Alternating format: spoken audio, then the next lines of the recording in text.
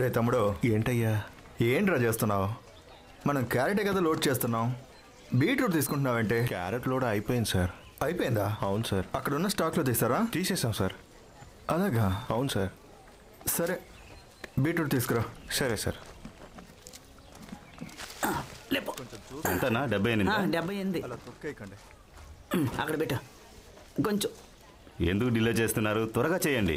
సరే సార్, పట్టుకో. ఈసారి క్యారెట్ లోడు సరిపోదనుకుంటా. నాకు అలాగే అనిపిస్తోంది. 64 లెక్క రాసుకో. లెక్క తీసుకురా. పెద్ద ఆయనకి ఓ మాట చెప్దాం, లేకపోతే తక్కువ పంపించామని అపార్థం చేసుకుంటారు. ఎంతనా? 67. 67? ఈ బండి ఎందుకు ఎక్కడికి వచ్చింది? లోడ్ ఎక్కడ దమ్మంటారు? ఎక్కడండి? ఏం లోడు? క్యారెట్. క్యారెట్? దీన్ని మీ పార్ట్నరే తీసుకురమ్మన్నాడు. A partner? వెనకాల వస్తున్నాడు చూడండి.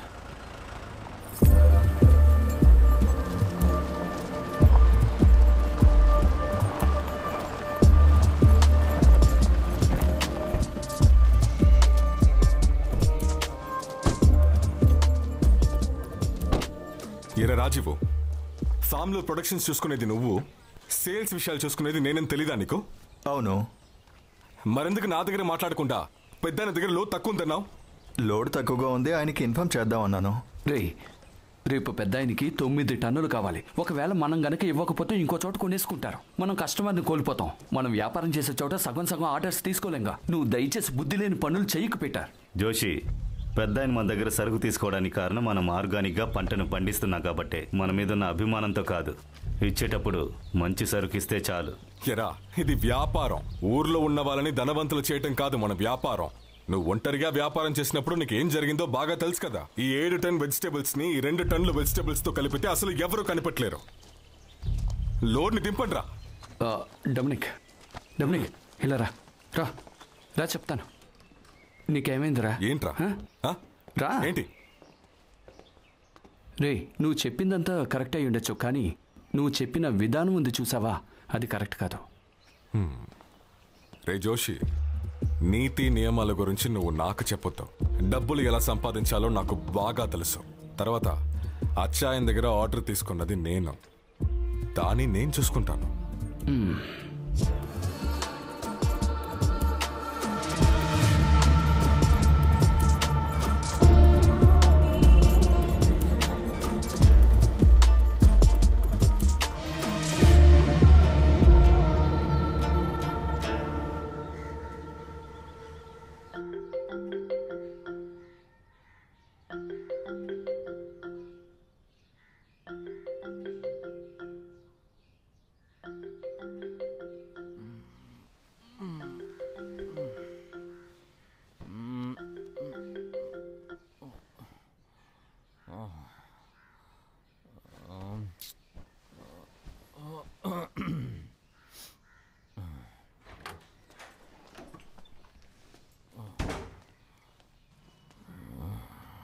ఇన్ని సమస్యలుంటే మీరు ఎలా నిద్రపోతున్నారు బావా?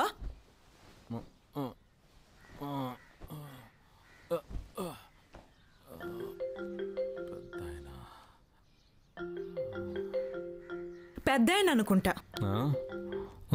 అయితే ఇంతవరకు తనకి వడ్డీ కూడా ఇవ్వలేదా? మొదలెట్టింది. ఆ స్థలాన్ని తాకట్టి పెట్టుకునేట్టు పడే చెప్పాను. ఆ ప్రాపర్టీ పోయిందంటే మా వాళ్ళకి ఎలా నేను మొహం చూపిస్తాను? ఇంకా నిద్ర లేవనలేదు. ఏంటి నీ గోల? నెల వడ్డీ కట్టకపోయినా ఎక్కడికి పోదు నీ ప్రాపర్టీ. మావయ్యతో నాకు ఎన్నో సంవత్సరాల అనుబంధం ఉంది. సరే సరే, మీ మీద అంత నమ్మకం ఉంటే డబ్బు ఇచ్చేటప్పుడు ఎందుకు సెక్యూరిటీ అడిగారు? మర్యాదగా డబ్బులిచ్చి మన ప్రాపర్టీని వెనక్కి తీసుకోండి. నా దగ్గరేమీ లిక్విడ్ క్యాష్ అయితే లేదు, కానీ 10-15 లక్షలు ఇంట్రెస్ట్కి అయితే కావాలి. ఎందుకంటే మనం లోన్ కట్టాలి కదా. సరే, నువ్వు పంచి లాకర్లో పెట్టిన బంగారాన్ని నాకు ఇవ్వు. కొంచెమైనా కాపాడిన దాని పోతావు, కాస్త వడ్డీ దక్కుతుంది. ఇంట్రెస్ట్ కట్టేస్తే చాలా. తన దగ్గర నుంచి 3 కోట్ల అప్పు తీసుకున్నారు. నేనేం కూర్చొని తినడానికి తీసుకోలేదే. షిమోగాలో లాభాలను తెచ్చిపెట్టే తోటని కొన్నానే ఆ డబ్బుతోటి. నేనేమో ఆ ప్రాపర్టీ నమ్మలేదుగా. ఒకవేళ దాన్ని వేరే వాళ్ళకి అమ్మితే మనకి ఇంకా లాభం వస్తుంది. కాస్తైనా యథార్థంగా మాట్లాడండి. ముందులాగా రియల్ ఎస్టేట్ ఏం ఇప్పుడు ఉండట్లేదు. నెల నెల వడ్డీ పెరిగిపోతూ ఉంది. అంటే పెద్ద ఆయనకి అగ్రిమెంట్ ఇచ్చే ముందు నువ్వు వీటి గురించి ఆలోచించకుండా ఇచ్చావా? నువ్వు వెళ్ళి లాకర్లో పెట్టిన బంగారాన్ని తీసుకొచ్చి ఇవ్వు, కనీసం వడ్డీ కట్టాలి. చూడు బావా, ఆ నగలు నేను ఇవ్వను. వేరే ఏదైనా దారి ఉంటే చూసుకోండి. తీసుకోండి. తొందరగా మన ప్రాపర్టీని విడిపించుకోండి.